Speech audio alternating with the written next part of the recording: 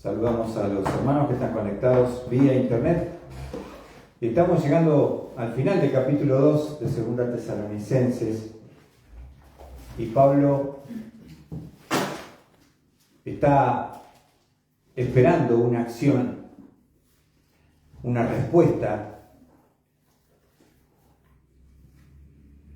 en base a la salvación tan grande y eterna que Él ha logrado para nosotros en la cruz del Calvario, pensando desde la eternidad, antes que Dios diga sea la luz, dijo sea la cruz, pensando en la redención del hombre pecador. Qué amor que Dios ha demostrado y se manifestó en la cruz del Calvario hace 2000 años, muriendo Cristo clavado entre el cielo y la tierra. Ahora, nosotros no nos podemos quedar solamente con el agradecimiento de nuestro corazón, sino que Pablo nos va a instar a una acción. Por eso dice el versículo 15, así que hermanos, estad firmes, estad firmes. Dijimos que esa palabra significa estar, permanecer de pie, estar firmes.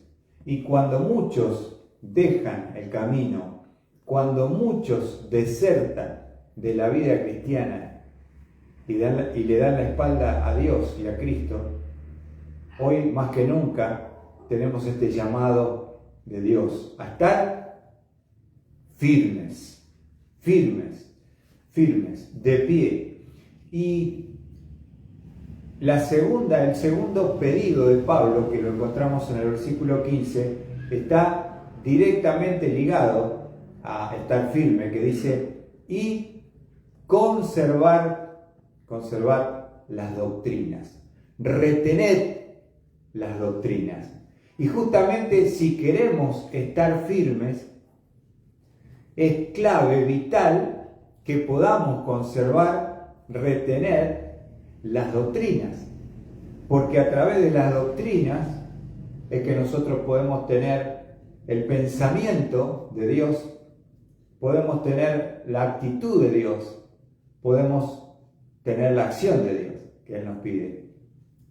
Si nosotros no retenemos la doctrina que Dios nos ha dejado, no vamos a poder tener esa firmeza que anhelamos. Si no retenemos la doctrina, no vamos a poder estar firmes justamente en la vida cristiana, en no darle la espalda a Cristo. Este es el punto y el paso vital para nuestra firmeza. Por eso la palabra, cuando dice allí, en la versión 60 dice retener la doctrina, la América dice conservar las doctrinas. Esa palabra en el original habla de sujetar adhiriéndose, conservar, abrazar firmemente. Es un legado que Dios nos ha dado, la doctrina, la enseñanza, la instrucción. Y de esa enseñanza, doctrina e instrucción depende nuestra firmeza. Justamente, ¿por qué Pablo tiene que hablar del día del Señor y aclarar los eventos de futuros escatológicos que había confusión en la iglesia de Tesalónica? Porque alguien había desplazado a través de alguna carta o alguno con espíritu que venía de parte de Dios y les había movido de su manera de pensar. Había quitado su convicción y había creado confusión. Entonces, por eso es fundamental sujetar, adhiriéndose, conservar, abrazar firmemente la doctrina de Dios. La doctrina, la enseñanza, la instrucción que Dios nos ha dejado en su palabra, hermanos. No nos dejemos mover de las doctrinas de la palabra de Dios. Hoy estamos en un tiempo peligroso, donde muchos quieren traer aparentemente, engañosamente, astutamente, la nueva revelación. Y justamente, qué casualidad que esa nueva revelación contradice las doctrinas que Dios nos dejó, ¿no? Para crear confusión, para crear desesperanza. Por eso es importante sujetar adhiriéndose firmemente y conservando las enseñanzas, las doctrinas de la palabra de Dios. Para eso nosotros gastamos el tiempo enseñando las doctrinas de la palabra de Dios. ¿Por qué? Porque es la palabra de Dios, porque es la instrucción de Dios, porque es la mente de Dios, porque es el propósito y el plan de Dios.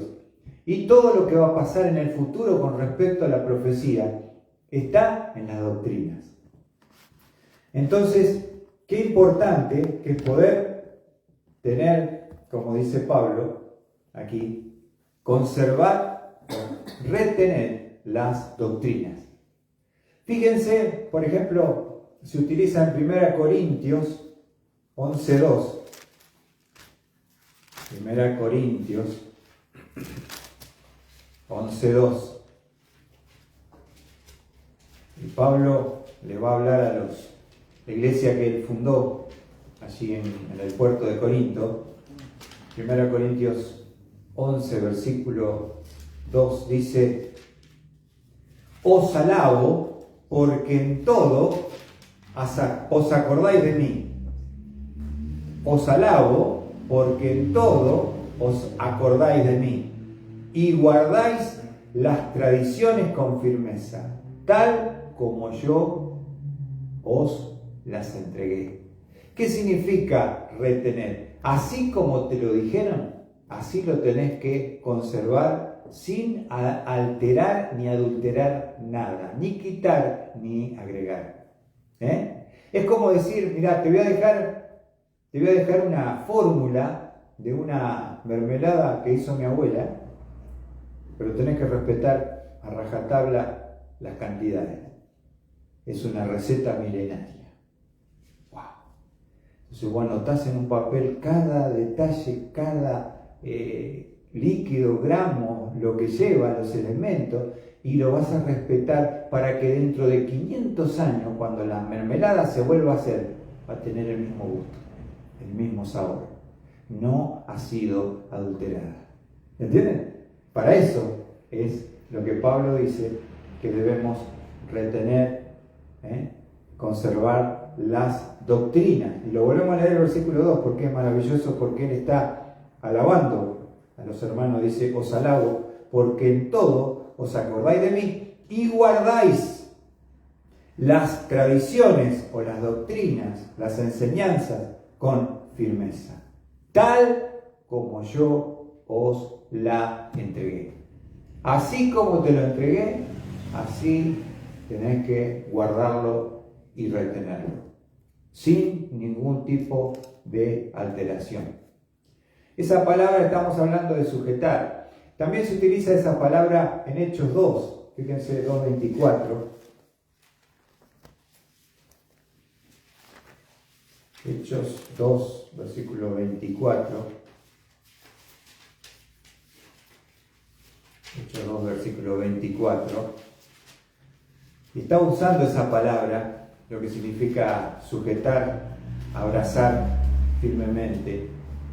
Dice Hechos 2:24: a quien Dios resucitó, poniéndole fin a la agonía de la muerte, pues que no era posible que él quedara bajo el dominio de ella. Que él quedara bajo el dominio de ella. O sea, la muerte no pudo retener a Cristo en la resurrección. Y lo que tenemos que hacer al revés, que no se pueda dejar de mover, ni quitar, ni retener. Es retener con fuerza, sujetar y adherirse. En este caso la muerte no pudo sujetar, retener a Cristo. Pero nosotros sí debemos hacer esta acción con la doctrina, abrazar la doctrina de la palabra de Dios. Por eso es importante que tengamos la instrucción en la iglesia, que tengamos el conocimiento de las doctrinas en la iglesia donde vamos, que no nos vengan a contar cuentos y experiencias emocionales y testimonios espectaculares, porque eso no transforma, no cambia, no salva a nadie. No estamos para entretener, pero sí estamos para edificar. Y qué difícil es hoy sentarse en una iglesia con la palabra de Dios a estudiar y abrir las Escrituras, entendiendo y diciendo: Dios me habló, entendí la palabra, es clara la palabra en ese lugar. Porque es lo único que nos va a dar esa firmeza en nuestra vida espiritual. ¿Por qué muchos se van? ¿Por qué dejan? Porque no tienen una raíz profunda en las doctrinas de la palabra. Y ante la primer presión, la primer prueba o lo primero que no les gustó,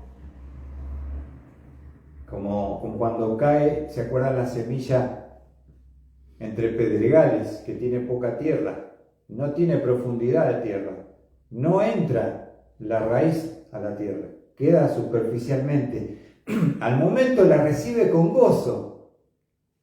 Hay una emoción, pero viniendo la prueba, no pueden soportar y se apartan, dice la palabra de Dios. Y hay muchas iglesias que edifican sus cultos, como sería las semillas arrojadas sobre el campo de la emoción. Nunca llegan a entender, nunca llegan a penetrar ese corazón duro. Nunca llegan a la salvación. Y es un culto emocional que uno, claro, lo pasa lindo porque canta, levanta las manos, llora, adoramos al Señor.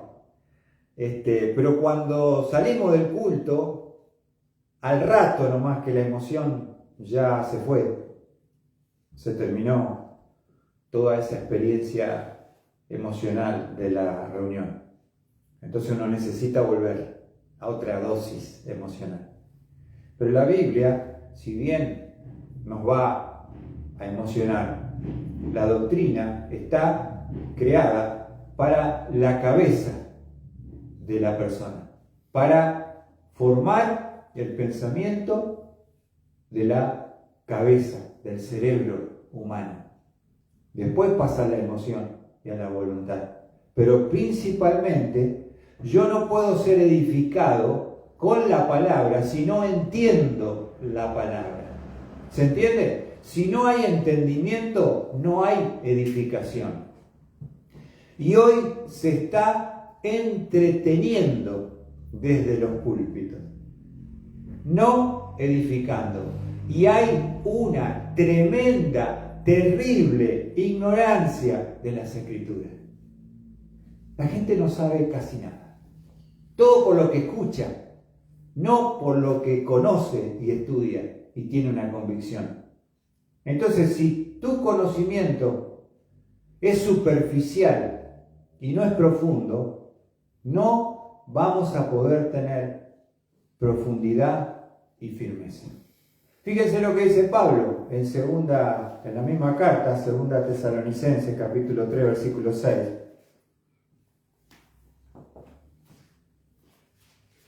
Segunda Tesalonicenses 3:6 dice: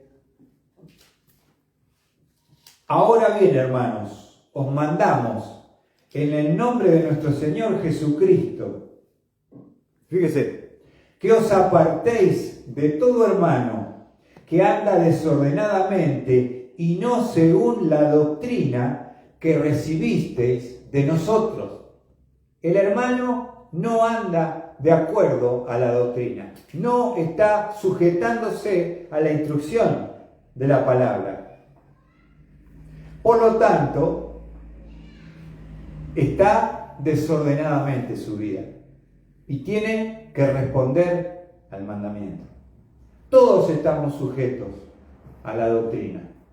El pastor, las ovejas, los hermanos. Todo está, la instrucción está en la palabra de Dios. Cómo se debe llevar adelante, cómo se debe edificar, cómo se debe enseñar, animar, corregir, disciplinar inclusive si es necesario, de acuerdo a la palabra de Dios. Todos estamos sujetos a la doctrina de la palabra. Entonces Pablo dice en 2 Tesalonicenses 3:6, dice que os apartéis de todo hermano que anda desordenadamente y no según la doctrina que recibiste de nosotros.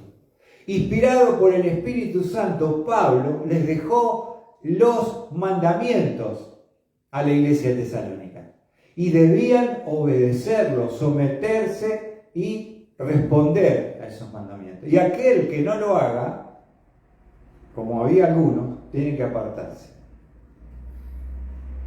¿Entienden? Porque son mandamientos del Señor. No están para ver si te gustan, si estás de acuerdo, si los querés hacer. Tenemos que someternos todos bajo la autoridad de la palabra inspirada, mediante la instrucción de las doctrinas, las enseñanzas, los mandamientos del Señor. ¿Qué les parece? En la medida que yo conozca en profundidad, va a ser difícil que mi vida llegue en confusión. En la medida que crezca en la profundidad de conocimiento de la palabra, no voy a ser llevado por cualquier viento de doctrina que viene sobre mi vida y me deja tambaleando, me deja con el miedo y las dudas. Porque la Biblia dice esto y es palabra de Dios, suficiente. Por eso yo me debo manejar por los mandamientos, no por la emoción, porque a veces uno se levanta mal, se siente mal y empieza a dudar, pero no es para que yo me maneje por sentimiento, sino porque leo el mandamiento y digo, Dios dice todos los días lo mismo, Dios no cambia, Dios no tiene sombra de duda ni de variación. Dios es el mismo ayer, hoy y por los siglos, es inmutable. Por lo tanto, su doctrina es inmutable también. Debo conocerla en profundidad. ¿Qué te parece, hermano? Por eso es lindo que tú puedas leer la palabra en tu casa en la semana, pero también que la puedas estudiar, ¿no? Hay personas que si no predican, no estudian, no quieren saber, van y se conforman con lo que escuchan el domingo. El palabra de Dios, el pastor, está bien, el pastor se prepara y estudia, es parte de la instrucción y el conocimiento, pero después tiene que haber un peso en lo personal, en lo particular, de poder conocer las Escrituras, conocer las instrucciones, las enseñanzas, la doctrina de la palabra de Dios. ¿Cuánto necesitamos hoy más que nunca poder aferrarnos y conservar en perfección como nos ha sido entregado por el Espíritu de Dios las doctrinas mediante la revelación del Nuevo Testamento, sin cambiar un ápice, un entendimiento, una interpretación de la palabra de Dios? Ese es mi trabajo, esa es mi función, estudiar las Escrituras. Si puedo llegar al idioma original, en el contexto, en el trasfondo, en el análisis de las palabras clave, en el griego, en el hebreo, en todo lo que es también la gramática, la estructura de un pasaje, no es fácil, ¿eh? Es como meterse en un motor, Juan. Si yo me meto en un Toyota, es un desastre, te desarmo todo, pero no sé ni para dónde va. ¿Por qué? Porque es complejo un motor. Imagínate si un motor es complejo, cuán compleja es la palabra de Dios. Y necesitamos, aparte de la hermenéutica, que son las reglas para la correcta interpretación de las Escrituras, necesitamos una buena relación, una llenura con el autor que inspiró la palabra, el Espíritu Santo. Para que el Espíritu Santo ilumine mi mente, me abra la cabeza para que pueda llegar a comprender la verdad espiritual. Entonces, en la medida que podamos instruir a la iglesia con las doctrinas de la palabra de Dios, evitando el menor error posible, tal vez la perfección no la podamos alcanzar, pero por lo menos tirame un 90, no un 10 y bueno, y después vemos, sacamos la guitarra. Es un peso que uno tiene en el corazón de escudriñar las Escrituras, de conocer la palabra de Dios en profundidad. Pero no es solamente el pesar o el peso del pastor, que es el responsable de la instrucción, sino también un peso que la oveja tenga en lo personal de conocer a su Señor. Qué lindo, porque hay tantas herramientas. Por ejemplo, uno escucha la BBN, yo siempre le decía a Juan, poné la BBN, Juan, poné la BBN, porque hay buenos maestros, hay buena enseñanza, hay buena doctrina. Y mientras estás laburando, algo escuchaste, algún pensamiento te quedó. Y algo vas recibiendo mientras estás trabajando. ¿No? No necesito laburar, pero de fondo puedo escuchar. Puedo limpiar una casa y poner una enseñanza, una escarcha, no sé, un devocional de hombres de Dios. No somos los únicos, pero tenemos que tener cuidado con seguir una línea doctrinal, una sana doctrina, porque la sana doctrina es la que va a producir una vida sana, una vida firme, una vida que agrada a Dios. ¿Qué les parece, hermano? Por eso es importantísimo que Pablo nos insta, así que hermanos, 2:15, estad firmes, como Pablo, conservando las doctrinas. Las palabras es conservando las doctrinas. Y nos dice la doctrina, cómo era revelada, cómo es revelada por Dios la doctrina. Nos dice ahí en el pasaje, versículo 15, las doctrinas que os fueron enseñadas. ¿Y cómo, Pablo? Ya de palabra. Una de las formas como Dios reveló las doctrinas es mediante palabra. Palabra de los profetas que, inspirados por el Espíritu Santo de Dios, lo daban al mandamiento, a la doctrina, primeramente en forma oral. Inspirado por el Espíritu Santo, uno podía, por medio de palabra, enseñar e instruir a los hermanos.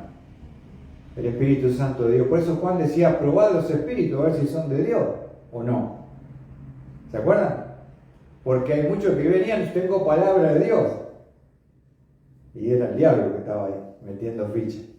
Entonces, tenemos, y en ese momento que se estaba gestando el Nuevo Testamento, el Antiguo ya estaba escrito, pero específicamente el Nuevo, ¿cómo uno lo recibía? Mediante la palabra de profetas que lo hacían en forma verbal, hasta que pudieran ser escritos esas afirmaciones de palabra.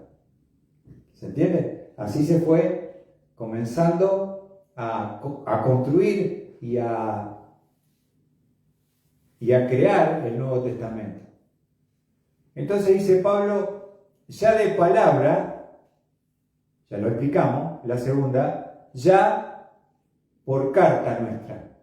Otra de las formas como se iba revelando el Nuevo Testamento era mediante las cartas inspiradas por el Espíritu Santo por medio de los apóstoles que escribían a las iglesias, como Pablo, por ejemplo, que Pablo tiene de los 27 libros del Nuevo Testamento, es autor, que Dios lo utilizó como instrumento, de 13 cartas de las doctrinas de la iglesia principalmente es al apóstol Pablo.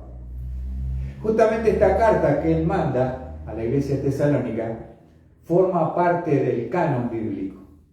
Primera Tesalonicenses, Segunda Tesalonicenses, y esas cartas eran inspiradas por el Espíritu Santo de Dios y enviadas a la iglesia, y muchas veces eran compartidas porque era la forma de instruir por la doctrina contenida en las cartas a la iglesia, a las iglesias locales. Y muchas veces llegaba a una iglesia la carta, se leía y se compartía con otra iglesia, y se pasaba de mano en mano, de iglesia en iglesia, hasta que el canon fue completado. Fíjense, por ejemplo, en Colosenses capítulo 4, versículo 16.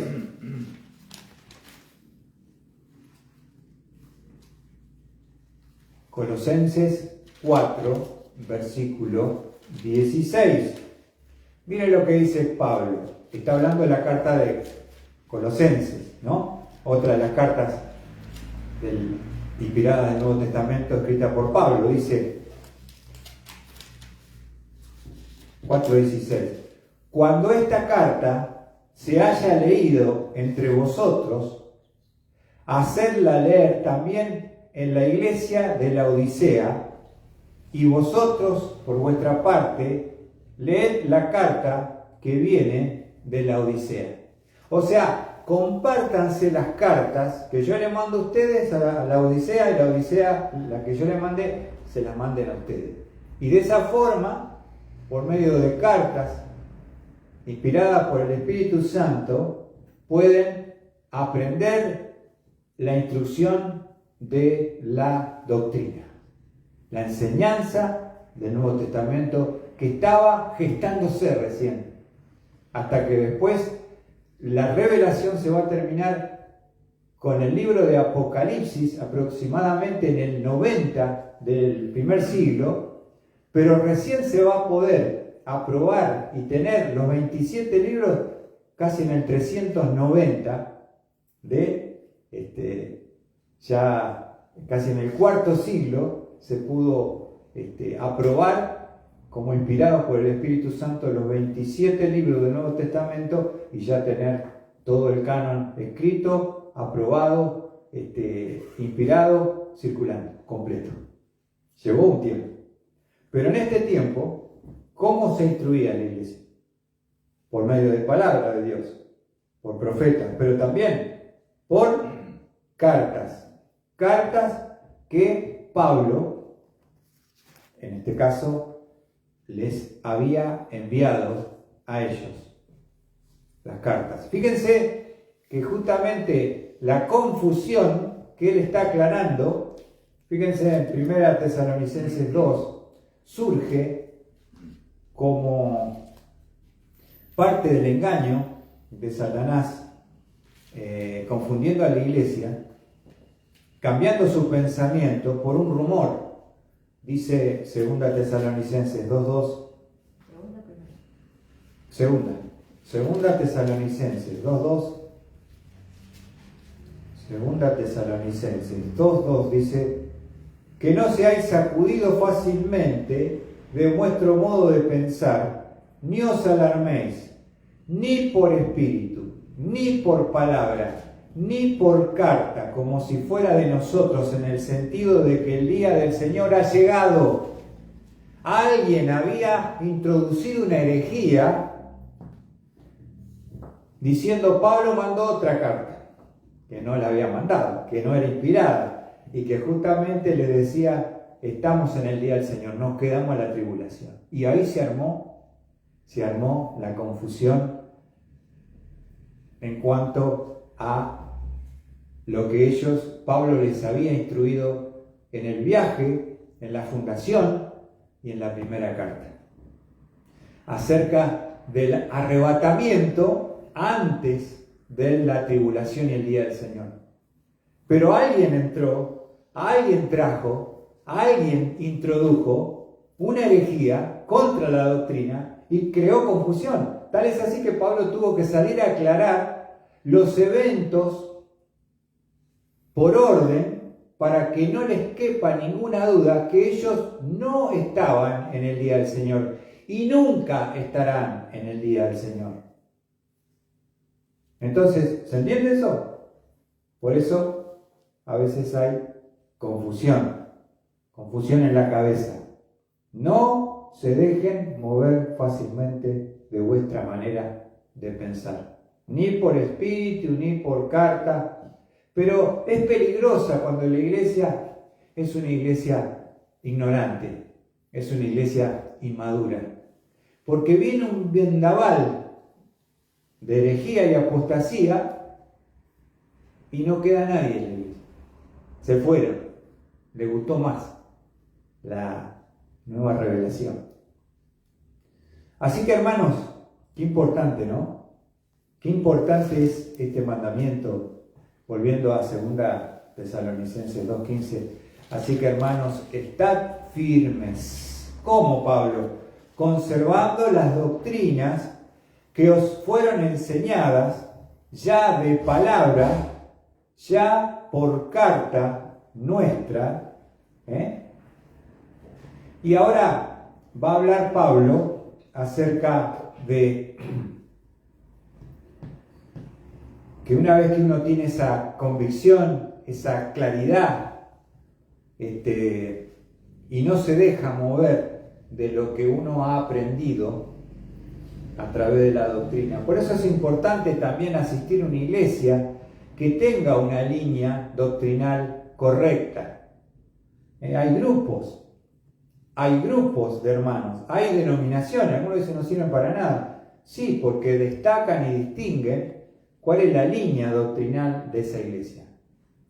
Y ahí, buenas noches, Rachel, tenés que ir a un lugar donde se enseñe con seriedad, con profundidad, con conocimiento, las doctrinas de la palabra de Dios.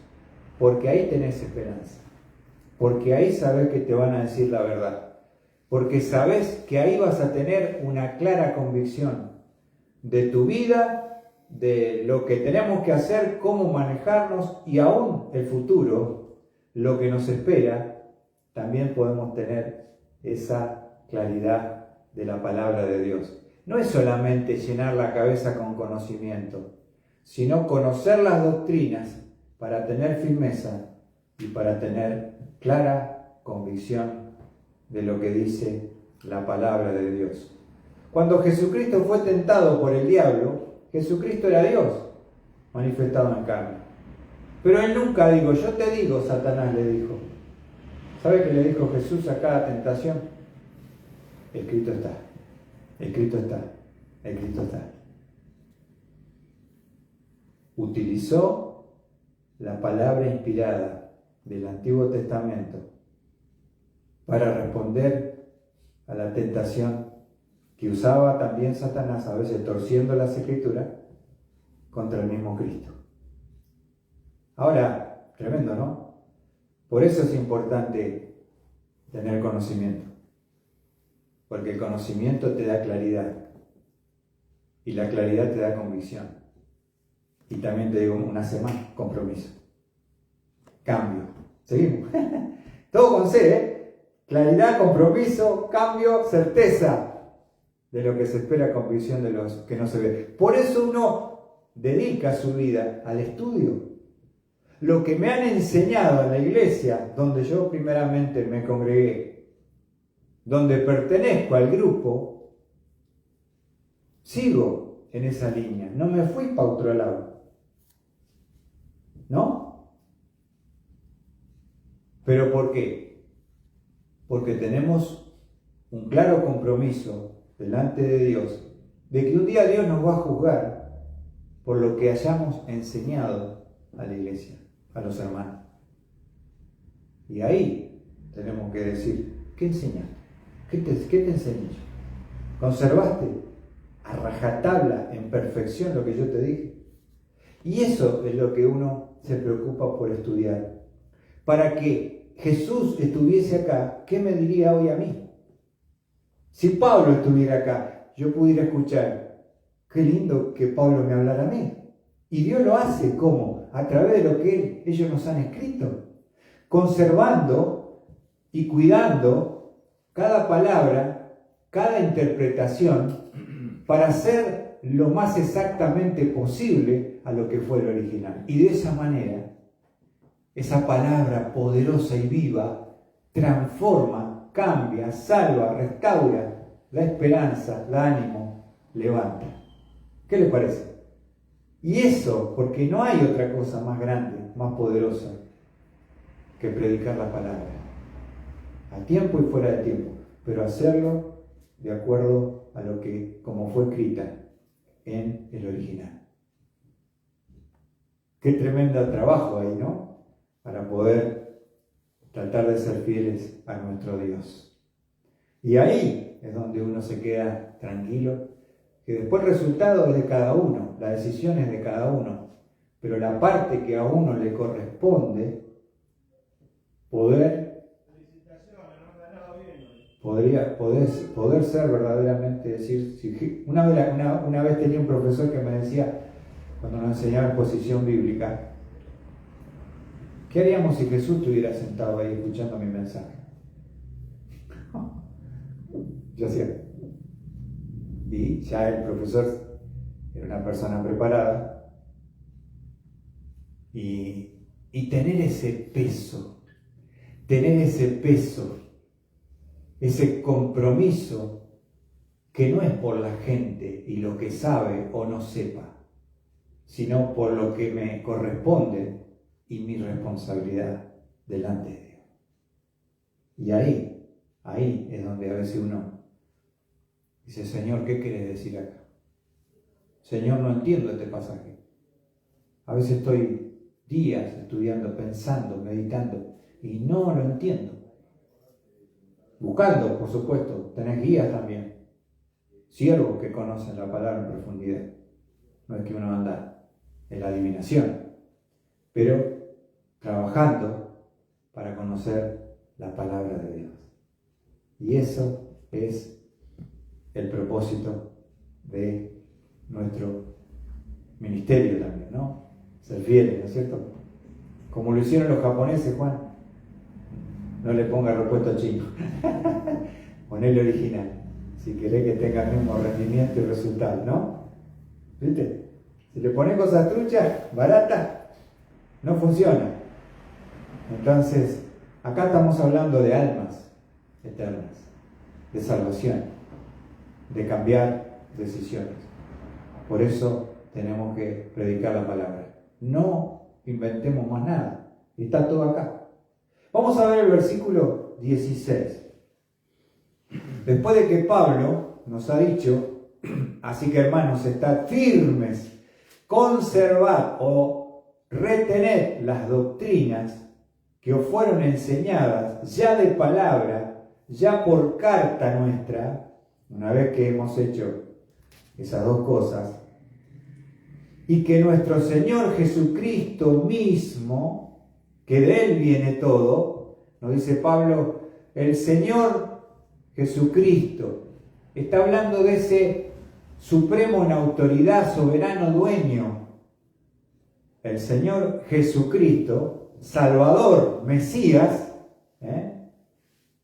y después habla del Padre, y Dios, nuestro Padre, que nos amó, primero, que nos amó. Una de las cosas que podemos haber entendido en esta exposición de la salvación que Pablo nos acaba de explicar es el inentendible amor de Dios por la humanidad. Ese amor, como dice, vamos a leer un texto, Jeremías 31:3, perdón. Ese amor que no lo podemos llegar a comprender desde la eternidad. Es un amor desinteresado, es un amor incondicional, es un amor eterno, dice Jeremías 31:3. Desde lejos el Señor les apareció diciendo, Con amor eterno te he amado, por eso te he atraído con misericordia. ¿Por qué Dios me atrae con misericordia? Por ese amor eterno que Él ha manifestado antes de haber creado todo, antes de haber puesto al hombre en el jardín del Edén. Dios desde la eternidad me ha amado. Y eso es algo magnífico, es algo que no entendemos, que nos debe tocar el corazón, porque no somos nada, ni merecemos nada. No hay nada digno en nosotros que mueva una acción favorable de Dios. Lo único que merece el pecador sin Cristo es el infierno. Todo lo que Dios hace es a partir de su amor, es a partir de su misericordia, que no me da lo que merezco, y la gracia me da lo que no merezco. Entonces, ¿por qué un día estaré bajo la luz de la gloria de Dios? No por obras, para que nadie se gloríe. Nadie merece estar en el cielo, en la perfección, en la pureza, en la santidad, en el Sión celestial, en la Jerusalén magnífica que Dios ha creado para compartir con el hombre. Vos decime cómo te lo explicas, yo no lo entiendo. Pero por eso Pablo quiere animar, quiere alentar y dice, versículo 16, y que nuestro Señor Jesucristo mismo y Dios nuestro Padre, que nos amó, y mira lo que dice, y nos dio consuelo eterno. Lo primero que habla Pablo es que nos ha dado un consuelo eterno, un consuelo eterno, una consolación eterna, porque sabemos que hemos sido hecho, como dice la canción, fui hecho justo sin merecerlo, porque un día voy a disfrutar de esa Jerusalén celestial, caminar por las calles de oro, observar las perlas, las puertas de perlas gigantes de la ciudad. Voy a observar los cimientos de piedras preciosas de la Jerusalén celestial. Pero otra cosa, voy a poder contemplar y disfrutar de la gloria de Dios, porque la gloria del Cordero ilumina la ciudad y no tiene necesidad de luna de noche ni de sol de día, porque el Cordero con su gloria ilumina esa ciudad. Nosotros no tenemos idea de lo que nos espera, pero ya tenemos un consuelo que no es momentáneo, que no es circunstancial, que no es pasajero, es eterno, porque nuestro nombre ya ha sido inscrito en el libro de la vida y el Cordero. Por eso Pablo decía, ni la muerte, ni la vida, ni ángeles, ni principados, ni lo presente, ni lo porvenir, ni nada creado me puede separar del amor de Dios en Cristo Jesús. El consuelo es eterno. A veces puedo pasar momentos difíciles en la tierra, donde el Padre me debe abrazar o necesito que me abrace. Pero ya mi destino eterno está marcado y nada ni nadie lo puede alterar. Tengo mi pasaje al cielo y me espera la gloria. ¿Qué te parece? Cuando vos estás presionado, apabullado, entristecido, probado, sufriendo algunas cosas, sí, en el mundo tendréis aflicción y miramos hacia la eternidad y ese consuelo eterno que el Padre ha logrado para nosotros. Hermanos, como dice el pasaje, consuelo eterno. Y otra cosa, no solamente consuelo eterno, dice, y buena esperanza por gracia. Buena esperanza por gracia. No lo merezco, pero tengo una esperanza, espero con confianza que nuestro Salvador nos viene a buscar. Nos viene, si estamos muertos, nos va a resucitar. Si estamos vivos, nos va a transformar. Seremos arrebatados juntamente con los muertos, incorruptibles, los vivos, en el aire. Y así, dice Pablo en la primera carta, estaremos siempre con el Señor. Te pregunto, ¿qué puede modificar tu eternidad? Nada. Porque ¿sabes qué? Porque tenemos un consuelo eterno y una esperanza gloriosa. Que nada me lo puede quitar. Hoy necesito fe, pero cuando estemos allá, la fe no va a existir. La esperanza no va a existir. Porque ya vamos a estar disfrutando y vamos a estar viendo. Ya no necesito la convicción de lo que se espera, la convicción de lo que no se ve, la certeza de lo que se espera y la convicción de lo que no se ve, ya lo voy a ver. Ya la esperanza la voy a poder disfrutar con crece en la eternidad y voy a disfrutar con mi Señor. Les pregunto, hermano, dice el versículo 17, algo presente. Si esto que vos estás escuchando consuele vuestros corazones y os afirme en toda obra y palabra buena.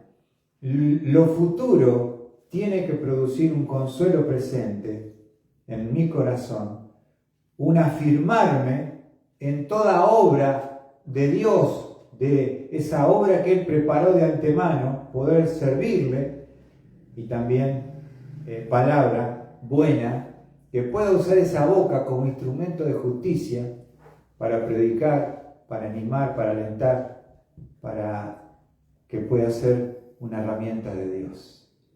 Así que, hermanos, que Dios pueda animarnos en esta noche con esta palabra, que pueda, no sé cómo viniste, pero pensá un poquito en lo que nos espera. Y que nada, qué lindo que nada ni nadie lo puede alterar. Nada que haga puede cambiar, ni nada que nadie haga puede ni perturbar, ni mejorar lo que ya Dios ha preparado desde la eternidad para nosotros, para disfrutar todo lo que esperamos con esperanza. Así que animémonos, miremos lo que nos espera y podamos tener consuelo en el corazón y poder tener firmeza en nuestra vida, poder comprometernos en la obra y usar nuestra boca como instrumento de justicia. Que Dios bendiga su santa y bendita palabra.